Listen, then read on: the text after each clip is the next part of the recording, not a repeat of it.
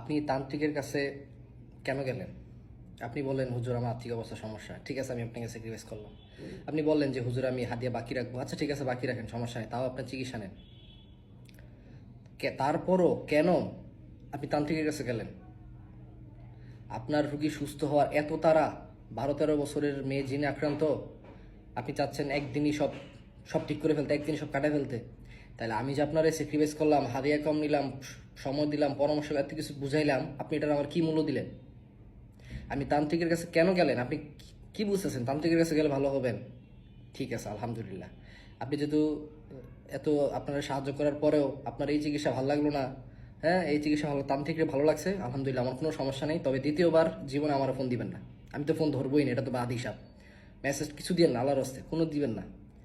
আমি আপনাদের শির থেকে বাঁচানোর সর্বোচ্চ চেষ্টা করলাম, আর আপনি গিয়ে ঠিক শিরকের মধ্যে গিয়ে পড়লেন।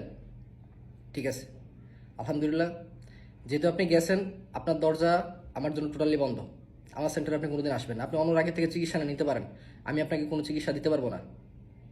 যে মানুষকে এত বোঝানোর পরেও মানুষ তান্ত্রিকের কাছে যাইতে পারে, আমি এর বুঝাতে রাজি নাই।